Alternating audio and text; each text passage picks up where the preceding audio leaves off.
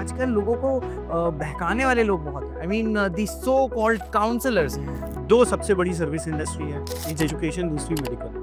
And problem ये है कि यही दोनों इंडस्ट्रीज अब सर्विसिंग नहीं रही कि आप जाते हो तो उनको अपने टारगेट पूरा करना होता है, तो सबसे पहले वो ब्लड टेस्ट ढेर सारे लिख देते हैं बिना कुछ भी सुने कि भैया कल इस ब्लड टेस्ट करा के। किसी भी बिजनेस में 10 करोड़ लगाओगे तो उसको निकालना भी चाहो। When it come to abroad education specifically, problem वहाँ पे क्या है कि काउंसलर्स पहले तो खुद भी एजुकेटेड नहीं। यूरोप के लिए अगर आप डिसीजन लें तो मैं आपको 110% कहूँगा भाई एक ही काम करना, गवर्नमेंट इंस्टीट्यूशन चूज करिए। यूरोप की एजुकेशन बहुत अच्छी है, ज़्यादातर खाली अफोर्डेबल नहीं है, फ्री भी है। कंट्रीज लाइक आपका टाइम नहीं डिफाइन करता कि आपको क्या करना है। डजेंट मैटर आप बैचलर्स में हो, आप 12th में हो, आप मास्टर्स में हो। इट्स इम्पोर्टेंट कि आपको ये पता होना चाहिए स्टेज में किसी ना किसी लाइफ में मुझे ये करना है। कोई एक अच्छा काउंसलर चूज करो जो आपका इंटरेस्ट आइडेंटिफाई कर सके और आखिर बताए, और अपने काउंसलर की क्वालिफिकेशन जरूर वेरीफाई करो।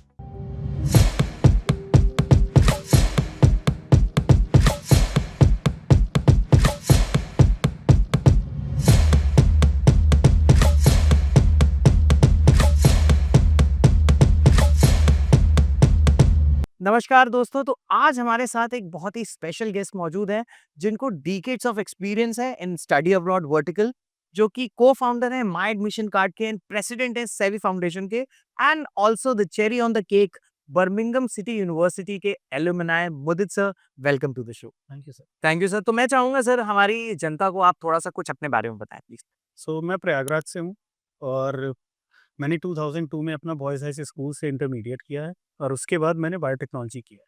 तो जैसे-जैसे मैं अपने बारे में बताऊँगा उसके साथ-साथ थोड़ी-थोड़ी, छोटी-छोटी स्टोरीज़ जोड़ता जाऊँगा because it related to students और उनके नॉलेज के लिए, उनके पेरेंट्स के लिए बहुत इम्पोर्टेंट है। So just to brief you all about my background, मेरे father was a lawyer in the high court in Allahabad. So he decided कि मैं लॉ करूँगा बिकॉज़ उनका प्रोफेशन लॉ था and which was fine enough. अपनी विरासत हर बाप चाहता है कि उसकी औलाद आगे बढ़े। और उस समय हमें इतना नॉलेज भी नहीं था कि हमें करना क्या चाहिए, तो आई वाज़ क्वाइट फ्री कि चलो मुझे तो लॉ ही करना है पापा के बाद, तो आई वाज़ वेरी जी। बट उसमें भी कई ट्विस्ट आते हैं। जैसे इस ट्विस्ट नंबर 1, मैंने साइंस साइड क्यों लिया? क्योंकि मेरे बड़े भाई ने कॉमर्स ले लिया था। सो इस उस ज़माने में student didn't have a choice कि बेटा एक ने ये ले लिया तो आपको ये करना पड़ेगा। वही करना पड़ेगा। I taken a science without any interest कि मुझे करना क्या है। साइंस लिया, जैसे-तैसे पास करा। जैसे-तैसे पास किया, एक्चुअली 60% एग्ज़ैक्टली पा के पास किया, वो भी आईएससी बोर्ड से, which is not good at all. ठीक है? उस ज़माने में ISC board used to be 80-85%। तो मैं जिनके साथ बैठूँ वो 90%, but I got 60 because interest नहीं था साइंस में। ठीक है? जी, it was fair. Then I move to BA कि बीए करके एलएलबी कर लूँगा, बट मेरे एक बहुत ही क्लोज़ फ्रेंड ने, मतलब हम लोग बचपन से ही साथ थे, Rajiv Tripathi, he is a very success guy today, successful guy. तो उसने डिसाइड किया कि मुझे बीटेक बायोटेक करना है। ओके, उसने बीटेक बायोटेक में एडमिशन ले लिया, मैंने बीए में एडमिशन ले लिया। एंड आफ्टर जस्ट हार्डली 2 और वीक्स वो रोज़ आके मेरे पापा को कहानी बताता था और कहता था कि biotech is going to be a boom uncle, biotech is this, biotech is that, इससे बड़ा कुछ नहीं हो सकता। जी। देन माय फादर सेड कि यार मैंने गलत कर दिया कि अपने बच्चे के साथ उसको बीए करा रहा हूँ। और उस समय के पेरेंट्स भी इतना नहीं नॉलेजेबल थे, ना राइट। इंटरनेट, ना गूगल, ये सब अवेलेबल रिसोर्स की नहीं। तो वो जिनसे पूछते थे वो भी उनके कोलीग्स होते थे। अब कोलीग्स क्योंकि बायोटेक साउंड फैसिनेटिंग, राइट, उनको लगा यार कि शायद बायोटेक ही कराना चाहिए। उन्होंने पता किया तो पता चला वो मैथ्स बैकग्राउंड भी लेते हैं। विद एन एंट्रेंस टेस्ट जी। सब कुछ हुआ और मैं भी बायोटेक में लैंड कर गया। ओह, फाइनली। हाँ, कि अभी 2 महीने बाद एग्ज़ाम है, 1 महीने की क्लासेस चल चुकी है, बट हाँ, I got the admission biotech में मैंने स्टार्ट कर दी। And that at that same point also I didn't knew is biotech for me or not. This is more important for every student to know. वो ठीक है कि आपका time नहीं define करता कि आपको क्या करना है। इट डजेंट मैटर आप बैचलर्स में हो, आप 12th में हो, आप मास्टर्स में हो। इट्स इम्पोर्टेंट कि आपको ये पता होना चाहिए स्टेज में किसी ना किसी लाइफ में कि मुझे ये करना है। करेक्ट। सो बायोटेक में मैं लैंड कर गया and at the end of the day जब मैंने बायोटेक पास किया तो I was I think 11th और 12th rank in the university for that biotech. Okay. With 90% plus marks. But to let everybody knows this is a myth. वो रट्टू तोता की तरह रट के जो 3 इडियट में दिखाया गया है ना कि मशीन बना रहे हैं उससे आप डेफिनेशन ऑफ अ मशीन करे, तो आमिर खान बोलता है anything which easier our work is a machine, up down up down, this is a right definition. But फिर भी वो एक आता है, वो जो भी रहा है, क्या नाम होता है, स्काई कैरेक्टर है आगे। कैरेक्टर है, वो उसको पूरी बुकिश लैंग्वेज बताता है और पेरेंट्स कहते हैं ये बात है, ये सुनना आता था पहले। सो मैं उसी टाइप का था, बुकिश लैंग्वेज, वो रंटू तोता के लिए रख लिया, जाति उल्टी कर दिया और 92% आ गया। But to be very honest मुझे भी नहीं पता था कि एग्जैक्ट डेफिनेशन भी बायोटेक की क्या होती है apart from this bookish language. Okay, so I went outside and I realise कि मेरे को I didn't like being in lab as a work. तो मुझे जो पहली जॉब मिली वो लैब असिस्टेंट काइंड ऑफ मिली, मात्र 7,000 रुपये तनख्वाह पे। And I was very upset कि यार बायोटेक वो भी बीटेक करने के बाद ओनली 7,000, ये क्या है? या भाई उससे ज़्यादा दिन भर टेस्ट, मैंने कहा ये तो मेरे से नहीं हो सकता। देन आई रियलाइज कि biotech was never for me. I was not a science guy, मेरे लिए साइंस भी नहीं थी। एंड अनफॉर्चुनेटली मैं अपने फादर को लॉस्ट कर चुका था, तो एलएलबी भी नहीं कर सकता था। So I went outside to explore myself. और ये बहुत ज़रूरी होता है हर बच्चे के लिए कि उसको इंडिपेंडेंट बनाइए, उसको बाहर भेजने से डरिए मत। करेक्ट करिए, मेरा बच्चा मेरे पास ही रहेगा। आप जब तक वो करेंगे तो वो आपके ही पास रहेगा, वो ग्रो नहीं कर पाए। सो मेरी मदर ने मुझे दिल्ली भेजा। मेरी पहली जॉब थी आईसीआईसीआई लोम्बार्ड में। तो मैंने सेल्स की जॉब करना शुरू करी and that was the time I start realising कि आई लाइक टॉकिंग। ओके, मैं सेल्स में अच्छा होने लगा। मैं साल भर में अच्छी खासी इंश्योरेंस बेच दिया and I started realising I love convincing people. This was the second thing. Okay, and then I was lucky enough to have a मासी का लड़का who came to me and told me कि भाई आपको abroad अगर हम पढ़ने जाते हैं तो हमें 1 रुपए 1 पाउंड का 84 रुपीज़ होता है, 84 रुपए। Oh, very fascinating. From a small town यार, 84 रुपए अगर इतना काम कर लूँगा, ये तो नहीं। तनख्वाह ही टोटल वहाँ पे 12,000 थी। तो आई वाज लाइक ये तो एक दिन में कमा लेंगे। ही सेड कि हाँ, साथ में अच्छी एजुकेशन भी मिलेगी and because English communication was fine. So हम गए। एक आईएलटीएस एग्ज़ाम होता है, international English language testing system, Lucknow में भी होता है। होटल ताज में हमने एग्ज़ाम दिया, हमारा क्लियर हो गया 6.5। And I become the Birmingham City university alumni. Oh, Birmingham City university में पढ़ाई करी। बीसीयू यूके। हाँ जी, हाँ जी। और वहाँ का एलुमनाई बना। बहुत कुछ वहाँ लर्न किया। बहुत स्टोरी लंबी हो जाएगी तो इसलिए शॉर्ट करता था, बट कि वहाँ बहुत कुछ लर्निंग हुई मेरे साथ। राइट। एक ही एक्सेंट पकड़ना सीखा, हुँ, बहुत इंपॉर्टेंट होता है। उनका कल्चर लर्न किया। ये भी सीखा कि वो क्यों अभी आगे हैं हमसे। हुँ, और वो मैंने स्टार्टेड रियलाइज़ किया कि मैं इसको वापस अपनी कंट्री में पुट कर सकता हूँ। और सबसे मोस्ट इम्पोर्टेंट पार्ट जो रियलाइज़ की, हुँ, कन्विंसिंग और बात करने के अलावा हुँ। मुझे किसी को सही रास्ते पे गाइड करना बहुत पसंद आने लगा। ग्रेट! क्योंकि बच्चे मुझसे पूछते थे कि आप गए, कैसे हुआ? तो रास्ता दिखाइए, तो मैं दिखाता था। फिर मैंने उसी को प्रोफ़ेशन में कन्वर्ट कर दिया। ओके। एंड मेरी फर्स्ट जॉब जो थी वो यूनी एजेंट्स नाम की कंपनी में थी। वो यूनिवर्सिटी ऑफ अल्स्टर का एक यूए बिज़नेस स्कूल के साथ कोलैबोरेटेड कैंपस खुला था लंदन एंड बर्मिंघम में। वो इंडिया में था। वो उन्होंने मुझे सुपुर्द किया कि आप इसमें बच्चों की गाइडेंस करिए। That was my first job. Then later on I worked for Amity university for their London, Singapore, Mauritius, and Dubai campus. I worked with one of the biggest internet company in India, InfoEdge, Shiksha.com में as a senior manager and developed an Ask and Answer app. Ask and Answer app का development का जो जिसको कहते हैं ना, motive ही यही था, टू हेल्प स्टूडेंट। जी, तो उसमें आपके और मेरे जैसे एक्सपीरियंस लोग ज्वाइन करते थे और बच्चा जब कोई सवाल पूछे तो कोई ना कोई उस फील्ड का एक्सपीरियंस बंदा गाइड करके उसको आंसर करता। ओह! सो उनको ये पता हो कि इस एजुकेशन का इम्प्लीमेंटेशन बाद में इंडस्ट्री में कहाँ है, तो उनके फील्ड का बंदा उनको गाइड करता था। And then Solent University Southampton in UK, उसके लिए मैंने काम किया 2.5 साल बहुत अच्छे से पूरे साउथ एशिया में बच्चों को गाइड किया। एंड फिर ये प्रोफेशन मुझे पसंद आ गया बहुत ही ज़्यादा। तो मैंने फिर फाइनली डिसाइड किया कि और बच्चों को बचाने के लिए, बिकॉज अब्रॉड जाने में रिस्क भी बहुत है if you landed on a wrong consultant और काउंसलर्स। ओके। ठीक है। हुँ, सो आई डिसाइडेड कि कुछ ऐसा करते हैं कि बीड़ा तो उठाते हैं, देखा जाएगा आगे। बिल्कुल। So I open this company where I started guiding student only for UK in the beginning, hmm, but now because the जब ऑब्वियसली ग्लोबल है, सब पूरी इंटरनेशनल है, बच्चों को और भी कंट्रीज के बारे में जानना होता है, तो मैंने यूके के साथ यूएसए, यूरोप और ये सारा कुछ ऐड किया। And just to help more these student I started a channel of my admission card and savvy foundation, जहाँ पे हम इन फॉरेन यूनिवर्सिटीज के रेप्स को डायरेक्टली बुलाते हैं ताकि बच्चों को एकदम एक्यूरेट इन्फॉर्मेशन मिले और रही भी मिस इन्फॉर्मेशन, फिल्टर्ड इन्फॉर्मेशन ना हो, एकदम एक्यूरेट कि भाई ये है इस यूनिवर्सिटी की रैंक, ये एलिजिबिलिटी क्राइटेरिया है, ये स्कॉलरशिप है, ताकि कोई उनको बहका ना सके। ग्रेट। सर, आपकी बात से 2-3 चीज़ें मुझे निकल के आ रही हैं, जो मुझे समझ में आ रही हैं। आपने 3 सीज़ के बारे में बात करा है, which is convincing, communication and consulting. आप बच्चों को कंसल्ट कर रहे हैं। और एक बहुत अच्छा-सा सर इससे पॉइंट भी निकल के आ रहा है कि आजकल लोगों को बहकाने वाले लोग बहुत हैं। I mean the so called counsellors. I've been into the edtech industry for almost a decade, and it's my great pleasure that I have you around the table. So sir, इस पे कुछ आप बात रखना चाहेंगे कि ये जो काउंसलर वाला मिथ है, क्या ये सही है जो काउंसलर्स आपको गाइड करते हैं ओवर द कॉल? ये सही है। 2 सबसे बड़ी सर्विस इंडस्ट्री है, एक एजुकेशन, दूसरी मेडिकल। जी। एंड प्रॉब्लम ये है कि यही दोनों इंडस्ट्रीज़ अब सर्विसिंग की रहेंगी। ओह! पूरी की पूरी तरह कमर्शियलाइज़्ड हो गई हैं।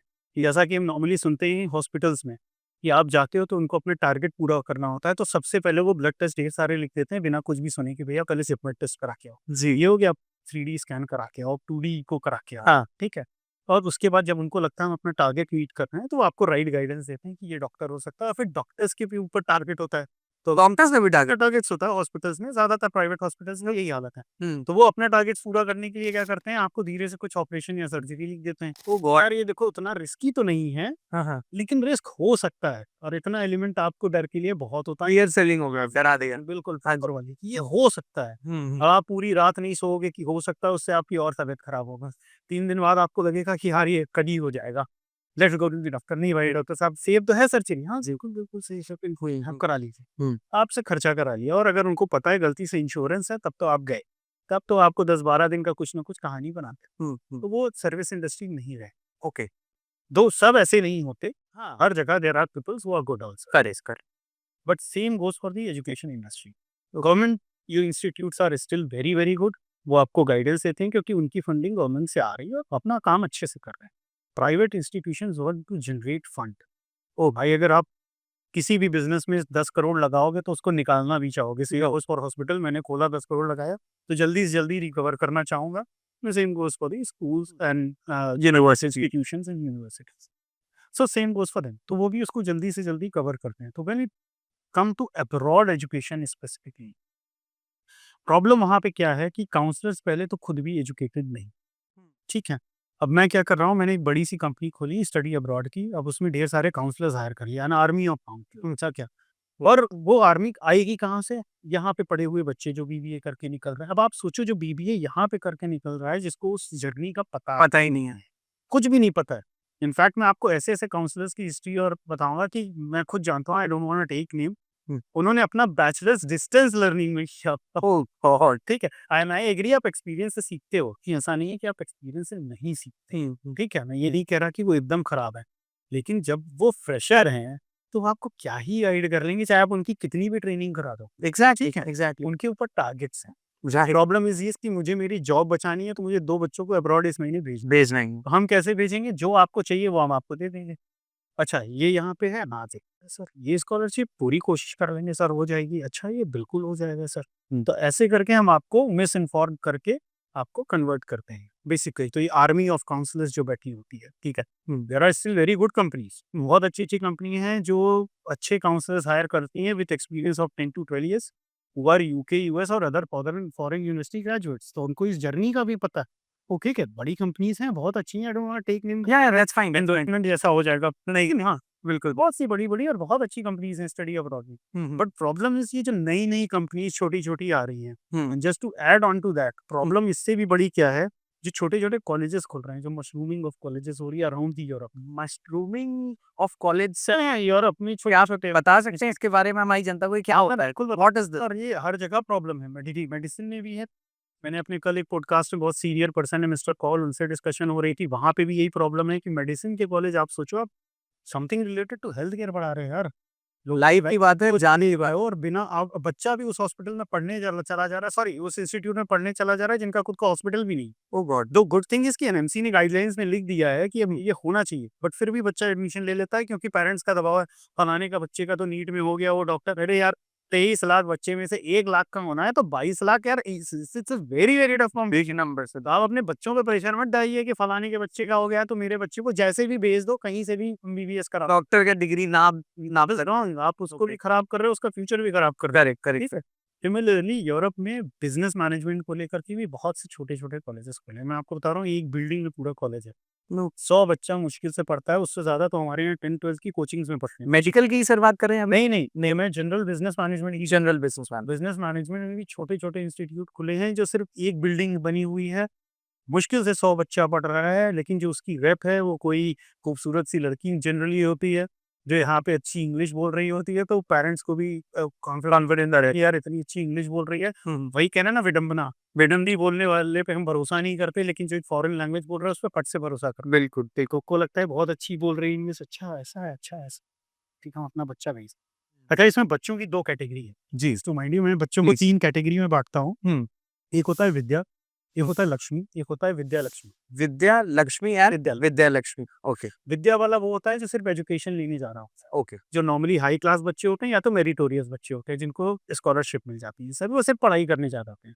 दे gain knowledge, come back and put the same knowledge in their own country and grow their own country, और वहाँ भी रह के आगे बढ़ते हैं। जी। लक्ष्मी जो सिर्फ पैसा कमाने जा रहा होता है, ओके। उसका मेन मोटिव होता है भाई मुझे विदेश इसलिए जाना है क्योंकि वर्क परमिट में जा नहीं सकता, किसी तरह स्टूडेंट वीज़ा पे जाऊँगा और उनका जो सिस्टम है उसको यूज़ करूँगा और वहाँ पे पैसे earn करूँगा। ओके। विद्या लक्ष्मी में ज़्यादातर हमारे जैसे मिडिल क्लास लोग आते हैं, जी। जिनका मोटिव होता है कि जाके पढ़ाई भी करनी है लेकिन साथ में थोड़ी बहुत जॉब करके लर्न करके पैसा भी निकालना है और बाद में पोस्ट स्टडी वर्क वीज़ा में अपनी फीस निकाल के मुझे अपनी कंट्री वापस आ जाना। ओह! तो ये जो यूरोप में जो मशरूम्ड कॉलेज होते हैं, इनका टारगेट लक्ष्मी होती है, लक्ष्मी वाले बच्चे जिनको सिर्फ कमाने आना है, कि जैसे-जैसे इन बच्चों को हमारी भी फीस आ जाएगी, हाँ। 10,000 15,000 यूरो व्हिच इज़ 10-12 लाख रुपए हमें भी मिल जाएगा, इसका भी पर्पस सॉल्व हो जाएगा, अपना नौकरी करे, मेरे से क्या जा रहा है? ठीक है। यहाँ फँसता कौन है? जो गेहूँ के साथ घुन पिसता है, जो बेचारे वो मिडिल क्लास हमारे जैसे विद्या लक्ष्मी वाले बच्चे हैं। हुँ। लक्ष्मी वाले का तो पर्पस सॉल्व हो रहा है, लेकिन जो 30% विद्या लक्ष्मी वाले जा रहे हैं, वो बेचारे फँस गए। ओह! गए इंस्टीट्यूट एक बिल्डिंग में है, एक छोटी-सी क्लास में क्लास चल रही है और क्या ही सिखाएगा टीचर। सही। अब ना वो वापस आ सकता है क्योंकि उसके बाप ने कैसे-कैसे उसको भेजा है। बिल्कुल। वो उससे ये नहीं कह सकता कि आपने 12 लाख रुपए पानी में डाल दिए। लेकिन वो आया है, पढ़ता है जैसे-तैसे डिग्री लेता है और वहाँ पे अपनी तो ये जो छोटे कॉलेजेस हैं, स्पेशली इन यूरोप, मैं इसको हाइलाइट करूँगा स्पेशली इन यूरोप क्योंकि यूके, यूएस में आप खोल नहीं सकते। यूरोप में ऐसा पॉसिबल है, मशरूमिंग पॉसिबल है। नहीं पॉसिबल है तो आप यूरोप में ही करते हो और यूरोप में इन्वेस्टमेंट कम होता है बिकॉज़ वहाँ का लेबर थोड़ा सस्ता है, तो जो बड़े इन्वेस्टर्स हैं वो यूरोप में खोल देते हैं छोटे-छोटे कॉलेजेस। तो यूरोप के लिए अगर आप डिसीज़न लें, तो मैं आपको 110% कहूँगा भाई एक ही काम करना, गवर्नमेंट इंस्टीट्यूशन चूज़ करिए।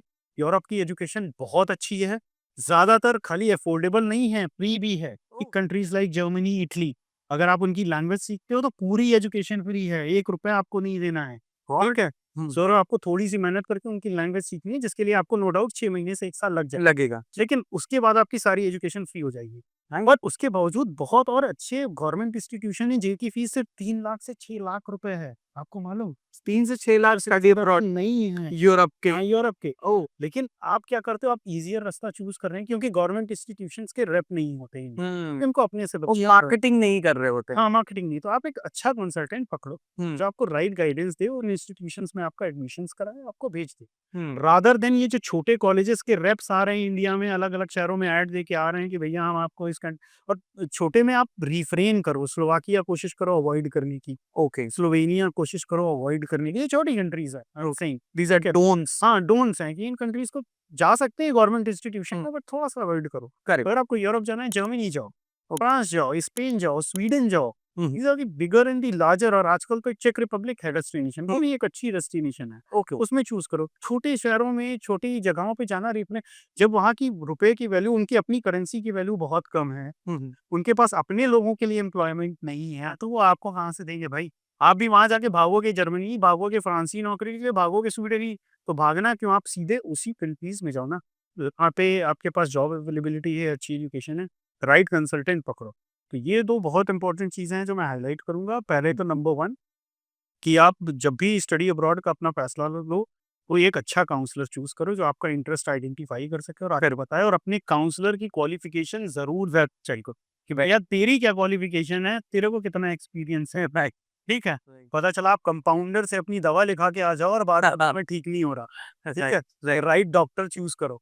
अगर आपको पेट दिखाना है तो पेट के ही डॉक्टर के पास भैया, नाक कान के वाले का कहा जाए। नहीं तो अगर आपको यूके आपने डिसाइड किया है तो एक यूके स्पेसिफिक काउंसलर के पास जाइए जिसको एक अच्छा एक्सपीरियंस हो, जिसने खुद वहाँ से पढ़ाई की हो या तो उसको उसमें लॉन्ग एक्सपीरियंस हो। राइट। काउंसलर की क्वालिफिकेशन पूछिए क्योंकि मैं बहुत से काउंसलर्स को जानता हूँ इंडस्ट्री में जिन्होंने अपना सब कुछ डिस्टेंस लर्निंग में खुद पढ़ा है। हुँ। उन्होंने खुद नॉलेज नहीं गेन की, वो तो अपने पैसे बना रहे हैं आपको भेज-भेज के और आप यहाँ पे फेलियर हो रहे हो। तो ये एक दूसरा प्राइवेट इंस्टीट्यूशंस को यूरोप में a big no, okay.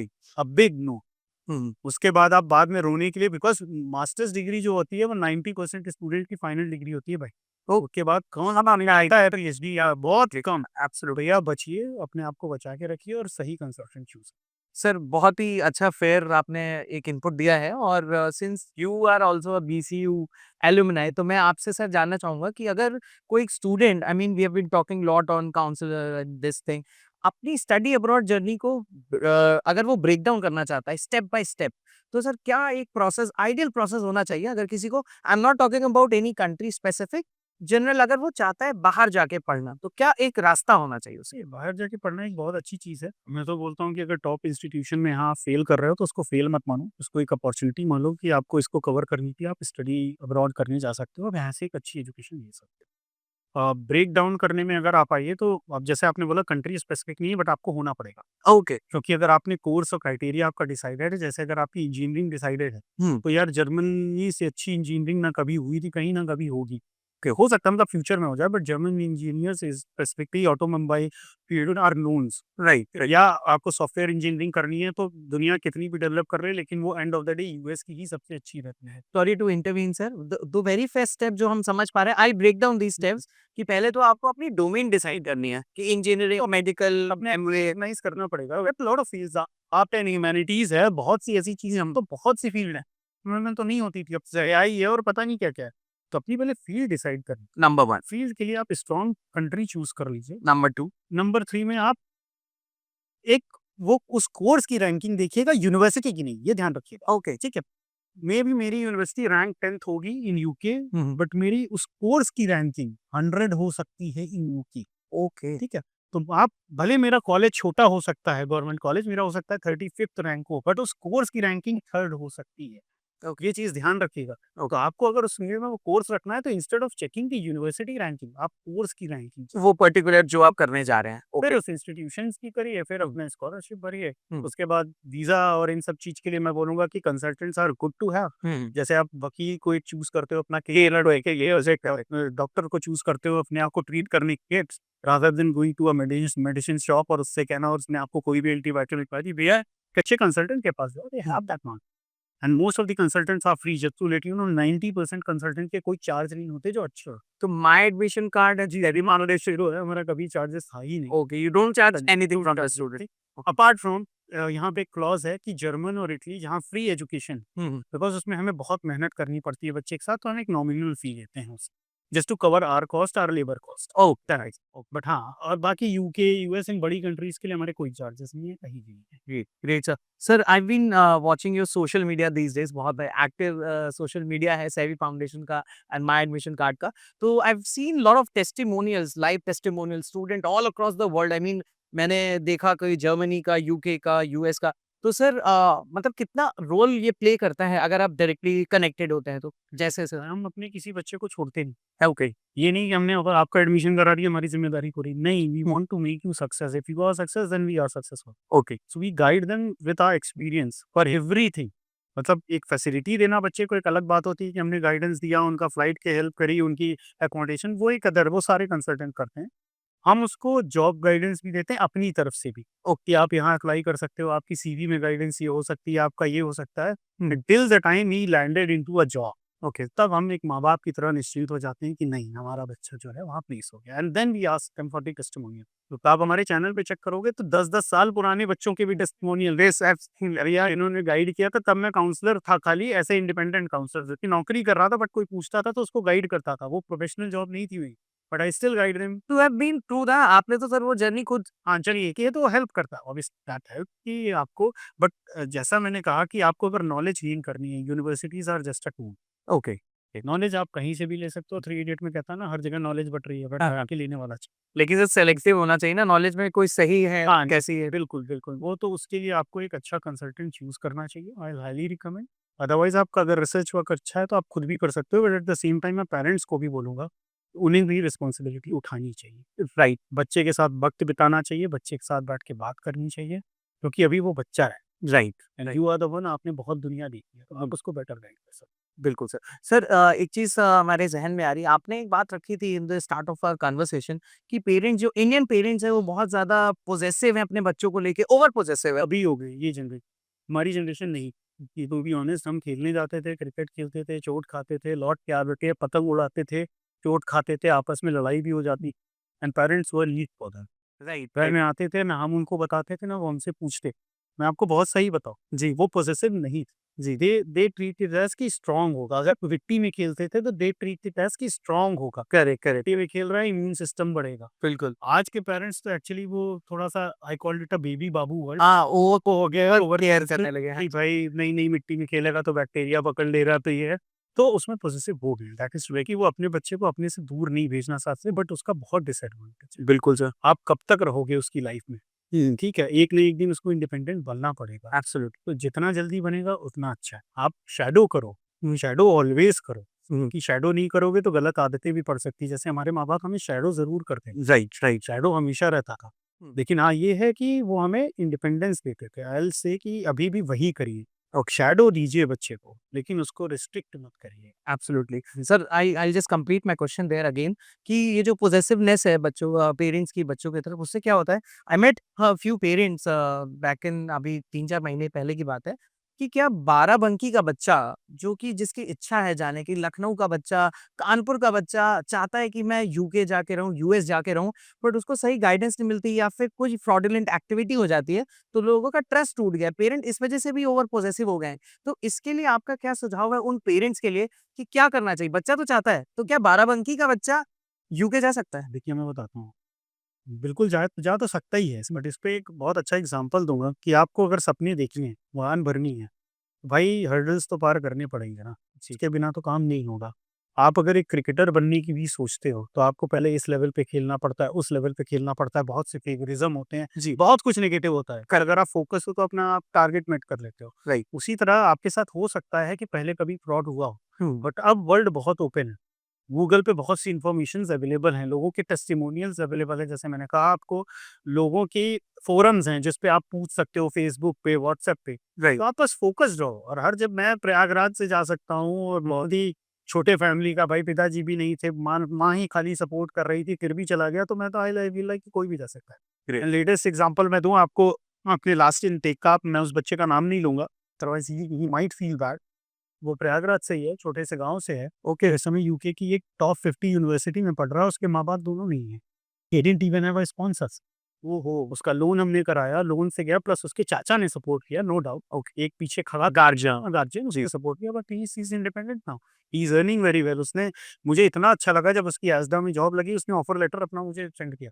I feel like then privileged and proud all कि भाई मेरे बच्चे अभी तक मुझे याद, तो उसने कहा नहीं सर कैसे आप बात कर रहे हो? क्या बात है? सर लाइक चलो कांग्रेचुलेशन इन योर जॉब। मैंने गाइड किया कि पार्ट टाइम को फुल टाइम मत बनाना, पढ़ाई पे ध्यान रखना, हुँ। इसको सिर्फ पार्ट टाइम रहने देना, first get your degree with a good percentage. Okay, great. So sir before before we sum up this conversation आपसे बस ये चाहूँगा कि कोई एनी एनी पर्टिकुलर टिप और मैसेज फॉर दोज़ स्टूडेंट जो जी सर, सेम बाहर चीज़ जाना मैंने चाह रहे हैं? शुरू में भी बोला। जी, काउंसलर्स की क्वालिटी चेक करिए। फ्रॉड यहीं हो जाता है आपके पास जब आप यही नहीं जानते कि जो आपको बता रहा है उसकी खुद की क्या नॉलेज है, एक्सपीरियंस है। अगर आप ये कर लोगे तो फ्रॉड नहीं होगा। ओके। सिंपल। दूसरा, प्राइवेट इंस्टीट्यूशन से स्ट्रिक्टली बिग नो कह के बचिए, नहीं तो आप फँस जाएँगे। बाद में बहुत रोएँगे, पछताएँगे, बट उस समय फिर कुछ नहीं हो सकता। प्राइवेट इंस्टीट्यूशन से फीस भी कभी वापस नहीं आती। ओह! वो तो प्राइवेट इंस्टीट्यूशंस है ना, वो आपको पहले ही साइन करा चुके होते हैं। और जो कंसल्टेंट बीच में है सर वो नहीं साथ? कितना साथ देंगे आपका? वो तो बैठे ही हैं प्राइवेट इंस्टीट्यूशन बेच के भागने के लिए, ओह गॉड! कि भैया 30 बच्चे दे देने हैं और इंस्टीट्यूट से इतना पैसा लेना है, अपना डब्बा बंद करे नहीं। Right. Sir and history check करिए, जो कंपनियाँ 10-10 साल से उनके पास जाइए, हमको भी अब 3 साल हो गया। तो आप उन कंपनीज़ के पास जाइए ना जो 10 साल से बैठी हैं, वो र काम करने बैठी हैं तो अच्छा करेंगी। बिल्कुल, बिल्कुल सर। एंड अभी सर हमारी अमित जी हमारे सैवी फाउंडेशन के जो एवीपी सेल्स हैं उनसे ही मेरी बात हुई थी। तो सर वो सेइंग कि कोई इवेंट होने वाला है अभी कभी टाइम में अगर आप सारे बच्चों की हेल्प के लिए है, 18th and 20th of April को दैनिक जागरण के सहयोग से, फ्लाई एडू एक्सपर्ट के सहयोग से, हमारी कंपनी जो है माय एडमिशन कार्ड और सेवी फाउंडेशन, हम लोग कंडक्ट करा रहे हैं education fair in the city of Varanasi and Prayagraj both. Oh very nice. ठीक है। Okay, okay. तो इसमें सारे बच्चे आएँ, सारी ज़्यादातर top Canadian university, UK universities and US universities आ रही हैं, और कुछ यूरोप की भी आ रही हैं। मेडिकल की ऑब्वियसली आ ही रही हैं 2 अच्छी यूनिवर्सिटी, तो आपको एक अच्छा मिक्स मिल जाएगा 25 यूनिवर्सिटीज़ में। ओके, दुबई के भी ऑप्शंस लेके आ रहे हैं, बिकॉज़ आजकल पॉपुलर डेस्टिनेशन हो। बिल्कुल सर। सो बहुत राइट गाइडेंस आपको मिल जाएगा, क्योंकि यूनिरेप्स डायरेक्ट आ रहे हैं। मतलब बीच में कोई थर्ड पार्टी नहीं, they are directly exact information जो है आपको मिल जाएगी, आपकी डिसीज़न मेकिंग बहुत अच्छी